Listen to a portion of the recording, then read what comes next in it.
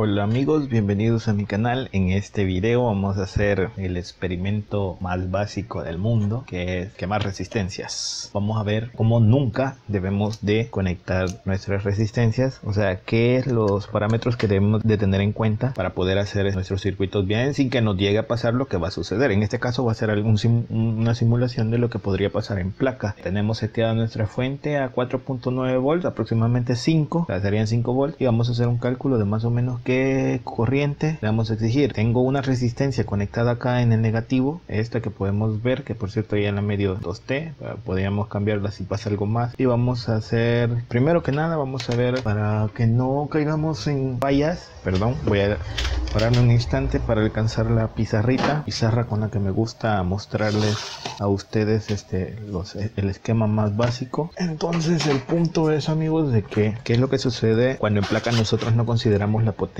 de nuestras resistencias. O sea, y eso puede pasar en cualquier aspecto, desde lo más básico hasta lo más complejo de nuestros circuitos. Entonces lo que vamos a hacer, estos son nuestros bornes de nuestra fuente, positivo, negativo, estos son 5 volts y aproximadamente no la tengo al máximo de corriente. Entonces lo que hago es directamente conectar una resistencia entre estos dos pines, en este caso es de 1/4 de watts y son 10 ohms. Esa es la resistencia que tengo ahorita conectada, solo de uno de los pines. El problema es de que cuando nosotros tenemos esto, por ley de Ohm, nosotros podemos hacer el cálculo de más o menos cuánta corriente se le puede exigir a 10 ohms. Entonces, como sabemos, la resistencia es el equivalente a la tensión dividido la corriente, y esta es la famosa ley de Ohm. En este caso, nuestra incógnita es la corriente que nosotros le podemos exigir. Entonces despejamos la I y lo que vamos a tener es exactamente esa tensión sobre resistencia. Sustituimos los valores, en este caso la tensión, que es un valor exacto de 5 volts, y la resistencia, que son 10 ohms, en este caso 5 entre 10 nos da 0.5 amperes, y eso sería la corriente que nosotros le vamos a estar exigiendo con esta pequeña resistencia. El detalle es, hasta aquí todo va bien, y siempre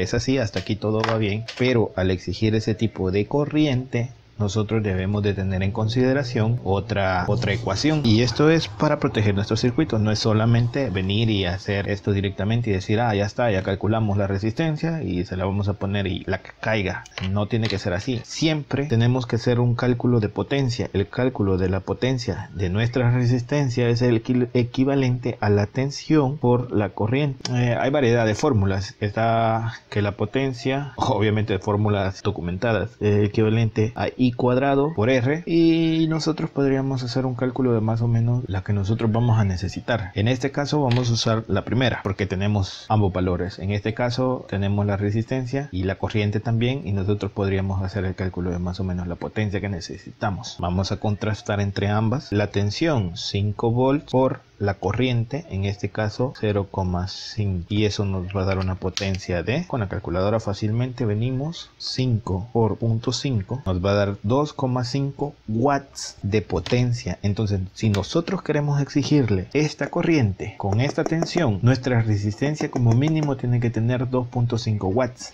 En este caso mi resistencia es de 1/4 de watt. Vamos a contrastar esto con esta otra fórmula, a ver si eso es cierto. Lo que tenemos I cuadrado, que sería 0,5 por R, 10 ohms, y eso nos va a dar, y obviamente lo hago con la calculadora directamente para que vean que no estamos sacando valores al aire, ¿verdad? Nuevamente tenemos 0.5 elevado al cuadrado por 10, y eso nos da 2,5 watts, equivalente a lo que sería la otra fórmula. Entonces, de ambas fórmulas nosotros podemos sacar el valor de nuestra resistencia. Contrasta completamente una fórmula con la otra. Entonces, pasando a la práctica, nosotros deberíamos de tener una resistencia de 2,5 watts como mínimo para que soporte la corriente que va a circular sobre ella, que sería medio ampere, y esta es una de las consideraciones que nosotros vamos siempre a tener en cuenta. Lo que voy a hacer es poner la carga, que en este caso sería esta resistencia, y vamos a ver, les voy a contrastar lo más rápido posible que pueda, mostrarles lo que sucede al conectar así una resistencia de muy baja potencia y lo que consume nuestra fuente. Llegará un momento en que nuestra resistencia no soportará esa corriente y comenzará a quemarse. Entonces vamos vamos a proceder a hacer la demostración de lo que sucede cuando nosotros no tenemos en cuenta la potencia de una resistencia. Y ahí vemos, en este caso, vemos la resistencia consumiendo 590 miliamperes y se los voy a mostrar. Ahí está nuestra fuente, 590, 600, y ahí ya comenzamos a ver humito saliendo de la resistencia. Por cierto, este humo no es agradable, pero podemos ver la resistencia llegando a un punto donde ya no puede soportar. No quiero inhalar el humo porque no es bueno. Y ahí podemos ver la resistencia, perdió todo su color, se ennegreció completamente, pero eso fue todo, ya no pasó de ahí. Le voy a poner acá porque no quiero quemar. Vamos a medir la temperatura que está teniendo, sigue consumiendo lo mismo, y ahí podemos ver la temperatura de la resistencia. Eso está hirviendo a 182, 200 grados, 230, 250, 270 grados, y por ahí está más o menos 300 grados de temperatura, amigos.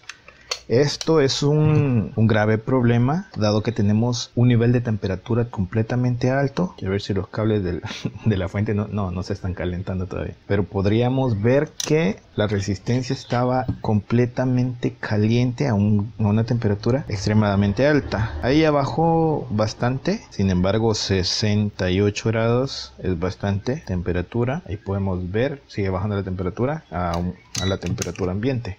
Sí, ya la resistencia ya bajó, pero veamos el problema. La resistencia quedó ennegrecida completamente. En este punto ya perdió su capa de recubrimiento, el recubrimiento que debe de llevar, como pueden ver, y esos fueron, que serán 30 segundos como máximo. La resistencia no dio para más. Fueron como 30-40 segundos, menos de un minuto, para que la resistencia quedara en ese estado. Ahora les voy a mostrar la resistencia que tomé como muestra.